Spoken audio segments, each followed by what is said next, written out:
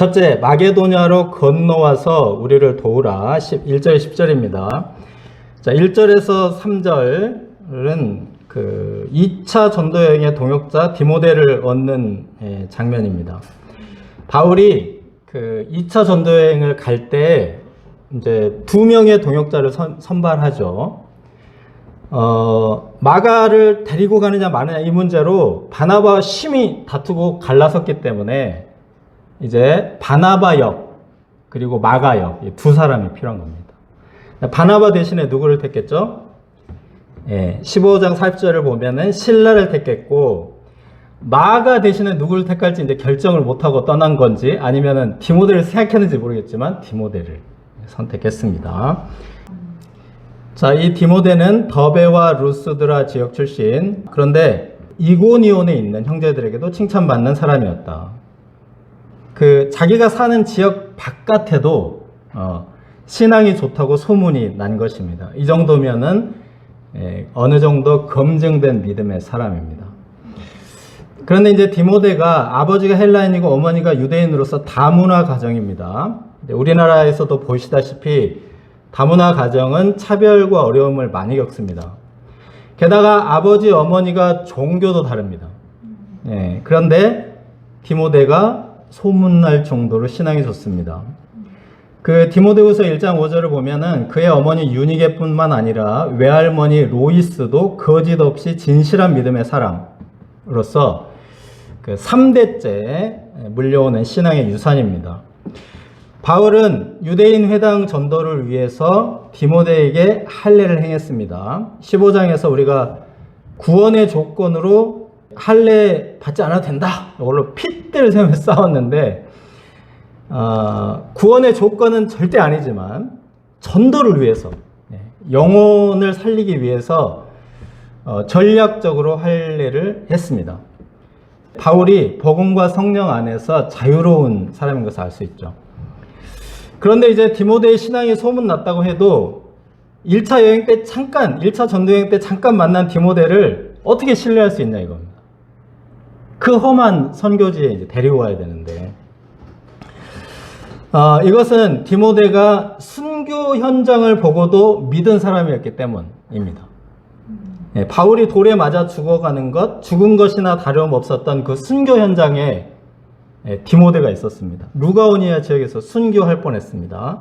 바울이 뭐라고 그랬죠? 많은 환난을 겪어야 될 것이다. 그런데 많은 환난 정도가 아니라 예수님을 믿으면 죽을 수도 있구나. 이것을 보고도 믿었습니다. 순교를 보고 믿는 것만큼 확실한 신앙은 없습니다. 바울과 바나바가 마가를 막 데리고 갈 건가 말 건가 이 다툴 때 마가의 연약감 때문이었죠. 디모데를 선교 동역자로 선발한 것은 이 사람이 강하다고 판단했기 때문입니다. 순교 신앙의 강인함, 이것을 믿은 것입니다. 육체적으로 강한 것은 아닙니다. 성격이 센 사람과 신앙의 강인함과는 별개입니다. 강하고 좋은 신앙은 고난을 배제하지 않는 신앙입니다. 바울은 순교의 현장에서 신앙을 꽃피운 디모데를 거친 선교 현장의 동역자로 선발한 것입니다. 4절에서 8절을 보시면 바울은 아시아에서 이전에 개척했던 교회들을 돌아볼 뿐 아니라 미개척 지역들을 선교하려고 애를 썼습니다. 그러나 어떻게 해도 잘 되지 않습니다. 결국은 아시아가 아니라 유럽, 즉 마게도냐로 건너가라는 하나님의 뜻을 발견하게 되었습니다. 자, 이 과정은 우리가 하나님의 크신 뜻을 어떻게 발견할 수 있는지를 잘 보여주고 있습니다. 우리는 하나님의 뜻을 알고 싶어 합니다. 내가 가는 이 길이 맞는 것인가 고민이 됩니다. 어떤 사람들은 자기 뜻이나 욕심을 품고 하나님의 뜻이라고 이제 거짓으로 포장하기도 합니다. 사도 바울이 어떤 고생 끝에 하나님의 뜻을 발견했는지를 한번 보겠습니다. 이제 아시아의 여러 지명이 나오는데요. 바울은 이 모든 곳을 방문해서 복음 전파를 시도했습니다. 자, 지도를 한번 보시죠. 루스드라에서 이제 부르기아로 간 것은 서진, 서쪽으로 갔고, 갈레아디아는 또 북진이고, 무시아 지역은 또 서진, 비두니아는 또 이제 북쪽으로 또 쭉 올라왔습니다. 그러다가 드로아는 또 서진. 그래서 뭐죠? 갈지자로 여기저기 다 다녀본 것입니다. 이제 학자들의 검증에 의하면 이 거리가 한 1500km 정도를 돌아다녔고요. 이 기간을 짧게 잡아도 한 3개월 정도는 다녔을 것이다 이렇게 봅니다. 3개월 동안 개척을 시도했는데 하나도 되지 않았다. 이상하지 않습니까? 충분히 부지런히 열심히 다양한 시도와 도전 끝에 하나님의 뜻이 다른 곳에 있다는 사실을 발견한 것입니다. 우리가 가끔 게으름과 나태함을 하나님의 뜻으로 포장하고 싶어 합니다. 해보지도 않고 머리로 막 생각만 하다가 너무 안 될 것 같으니까 포기하면서 그냥 이거 하나님의 뜻이야 이렇게 변명해서는 안 된다. 이런 사실을 보여줍니다. 이제 바울은 이처럼 손발도 열심히 움직였지만 성령에 이제 민감했습니다. 하나님께서 정말 무엇을 원하시고 무엇을 원하시지 않는가. 하나님의 뜻은 한쪽을 막으시면 다른 한쪽을 열어주신다는 것입니다. 아시아에서 막으셨지만 마게도냐로 건너오라는 환상을 보여주셨습니다. 이것은 복음 역사의 지속 가능성을 보여줍니다. 중요한 개념입니다. 복음 역사는 멈추지 않는다. 계속된다. 언제까지? 예수님 오실 때까지. 복음 역사의 지속 가능성입니다. 아까 지도에서 본 것처럼요, 이쪽도 막히고 저쪽도 막히고 동서남북으로 막힐 때 기독교 선교 여기서 끝난 것인가? 네, 절망할 수 있습니다. 복음이 아시아에서 먹히지 않는가? 그러면 유럽은 더 어렵지 않은가?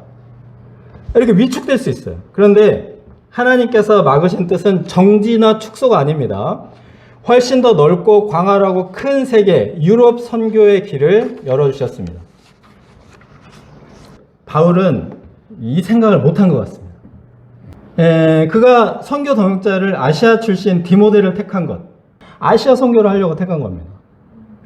그러므로 유럽 선교 사건은 전적으로 성령님의 주도적인 역사예요. 바울의 생각과 바울의 역량과 바울의 스케일보다 크신 하나님의 뜻입니다.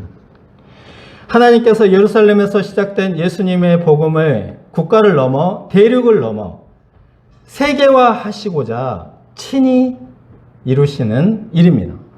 바울도 이제 이런 하나님의 뜻을 깨달으면서 점점 마음을 넓히게 됩니다. 자, 바울이 이제 사도행전 19장에 가보면 내가 로마도 보아야 하리라 이렇게 막 넓힙니다. 바울. 그리고 이제 로마서에 보면은 로마로 들렀다가 서바나로 가리라 이렇게 마음을 넓히거든요. 교회 개척 역사를 보면은요, 로마까지 갔죠. 근데 2세기 때 어디까지 갔습니까? 스페인까지 갔습니다. 여기 보세요. 여기가 로마 영역이거든요. 교회가 로마 영역을 넘기 시작한 겁니다. 150년 후에. 예루살렘과 온 유대와 사마리아와 땅끝까지 이르러 내 증인이 되리라. 하나님의 뜻은 땅끝까지, 하나님의 뜻을 이룰 때까지입니다. 도중에 막히고 거절당하고 장애물을 만난다고 해서 멈추는 것이 아닙니다. 막히면 새로운 것이 열리고 더 넓은 곳으로 새로운 땅으로 확장되고 성장합니다. 둘째, 도움이 필요한 마게도냐 사람들, 11절에서 25절입니다. 마게도냐 선교의 뜻을 영접한 바울 일행이 드로아에서부터 긴 항해를 해서 이제 사모드락에 네아폴리 이제 거쳐서 빌립보에 이르렀다고 했습니다. 빌립보는 마게도냐 지방의 첫 성이라는 자부심 넘치는 도시입니다. 여기 로마의 식민지라고 되어 있는데요. 우리가 이제 지금은 식민지 부정적인 표현이지만 이때는 로마 식민지는 자부심의 표현입니다. 위성국가 뭐 이런 개념입니다. 로마 본토 밖에 있는 최고의 도시가 빌립보가 이제 그런 자부심이 있는 곳이죠. 빌립보 교회는 개척의 주축들이 여성입니다. 그리고 후에 이 빌립보 교회에서 굉장히 유명한 지도자, 유오디아와 순두계라는 여성 지도자들, 굉장히 유명한 지도자들이 나옵니다. 첫 번째 여성 지도자는 자주장사 루디아입니다. 13절에서 15절을 보시면 바울 일행이 빌립보에서 안식일에 기도할 곳을 찾아 나섰는데 루디아를 만났습니다. 보통 안식일에 유대인의 회당에 찾아가서 복음을 전했습니다. 그런데 빌립보에는 유대인들이 너무 없어서 회당이 없었습니다. 이런 경우에 유대인들이 강가나 시냇가에 모여서 이제 기도하는 모임을 가짐으로써 이제 약식 예배를 드렸던 겁니다. 그런데 그곳에 기도하러 온 여인 중 하나인 루디아가 바울의 전도를 듣고 아주 놀라운 반응을 보입니다. 네, 루디아와 온 가족이 예수님을 영접하고 세례를 받았습니다. 뿐만 아니라 자기 집을 교회로 쓰도록 오픈하우스, 개방합니다. 네, 바울은 이런 루디아의 헌신을 거절한 것 같습니다. 집을 교회로 사용하도록 개방하는 것은 거기서 식사 지원도 해야 하고 바울 일행이 잠도 자야 하기 때문에 개인 프라이버시의 희생이 큽니다. 그리고 물질적인 지원이 굉장히 많이 소요됩니다. 이제 루디아가 여성 사업가로서 부자이긴 하지만 초신자이기 때문에 바울이 거절한 것일 것이라고 생각합니다. 막 신앙을 가진 신자들이 과도하게 헌신하다가 실족하는 경우가 많기 때문입니다. 그런데 이제 루디아는 청하였다고 했습니다. 만일 나를 주 믿는 자로 알거든 내 집에 들어와 유하라. 바울 사도님, 복음 전할 것도 마땅치 않고 숙박과 식사 해결도 어렵지 않습니까? 제가 돕겠습니다. 저에게는 넓은 집도 재물도 많습니다. 그러나 복음은 바울 사도님에게 있지 않습니까? 제발 복음을 전해서 마게도냐 사람들을 도와주세요. 이 당시 자주 옷감은 왕족, 귀족 등 부유층들의 전유물이었습니다. 자주 옷감이 두로 지역에서 자생하는 뿔고등 이런 식으로 염색을 하는 거예요. 그 뿔고등에서 나온 액체, 액으로. 근데 그 액체가 원래 이제 투명한데 햇빛에 장시간 노출되면서 색이 바뀌어요. 그래서 한 세 가지 색, 여기 보면 파란색도 있잖아요. 한 말을 이렇게 염색을 하려면 이 고등을 10,000마리 정도를 잡아야 되는 거예요. 그래서 비싼 겁니다. 생산지는 이제 두아디라고. 유통을 어디서 했냐면 이 빌립보에서 한 겁니다. 근데 빌립보가 어디냐면 이렇게 해서 로마로 들어갈 수 있는 이 고속도로, 그 로마 시대 이그나티아 가도 여기에 이제 빌립보가 있는 거예요. 그래서 여기서 두아디라로 왔다 갔다 이렇게 하면서 이제 유통을 한 겁니다. 네, 대단한 장사꾼이죠. 그러니까 이제 이 루디아는 얼마든지 이런 귀족 왕족들과 어울리면서 사치스러운 삶을 살 수 있습니다. 그런데 그들의 생활과 삶을 낱낱이 관찰한 이 루디아 장사꾼 루디아가 전혀 그런 삶을 살고 싶어 하지 않습니다. 미련이 없습니다. 오히려 이 루디아가 찾아간 곳이 어디입니까? 시냇가의 안식일에 그 기도하는 그 초라하고 작은 모임, 20명 나들이 아주 작은 모임에 참여했던 것입니다. 그곳에 기도하러 온 바울의 가르침을 듣고 예수님을 구주로 영접합니다. 우리가 보통 많은 물질과 큰 집과 좋은 직장이 우리 삶에 도움이 될 것이라고 생각하는데 루디아는 전혀 다릅니다. 안식일에 모든 업무를 쉬고 하나님을 만나기 위해서. 근데 회당이 없어. 그러니까 작은 기도 모임, 시냇가 기도 모임에 참여합니다. 마게도냐로 건너와서 우리를 도우라. 어떤 신학자는 이 부르짖음을 루디아의 기도라고 해석합니다. 뒤에 나오는 귀신 들린 여종의 기도이면서 감옥 간수의 기도이면서 또한 루디아의 영혼의 부르짖음이다. 이렇게 해석합니다. 적절한 해석이다라고 생각됩니다. 값비싸고 화려한 자주 옷보다 그것을 즐기고 누리는 그 귀족들보다 존귀하고 영화로우신 예수님을 만나는 것입니다. 이것이 기독교 신앙의 놀라운 가치이며 하나님 나라의 보화 그 자체입니다. 요한계시록 5장 12절에 큰 음성으로 이르되 죽임을 당하신 어린 양은 능력과 부와 지혜와 힘과 존귀와 영광과 찬송을 받으시기에 합당하도다 하더라. 두 번째 이야기는 귀신 들린 여종 이야기입니다. 16절에서 18절을 보시면 바울 일행이 기도하러 갈 때마다 이 귀신 들린 요정이 따라오면서 막 소리를 칩니다. 이 사람들은 지극히 높은 하나님의 종으로서 구원의 길을 너희에게 전하는 자라. 이 여종은 귀신 들려 점을 침으로써 주인들에게 큰 이익을 이제 주었다고 했습니다. 바울은 당장 이 여종에게서 귀신을 쫓아내 주어야 할 것 같습니다. 그런데 18절을 보시면 심히 괴로워합니다. 많은 갈등을 겪다가 귀신을 쫓아내고 여종을 구원했다는 겁니다. 여종의 점수를 이용하여 큰 이익을 얻는 주인들이 있었기 때문입니다. 이 여종에게서 귀신이 나간다면 그들이 얻은 큰 이익이 연기처럼 사라집니다. 이익이 사라질 때 사람들은 극도로 분노하고 흥분하며 짐승처럼 날뛰니다.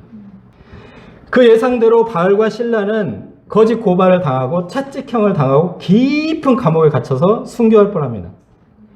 이렇게 되면 이제 갓 선교 여행단에 들어온 이제 디모데 만났습니다.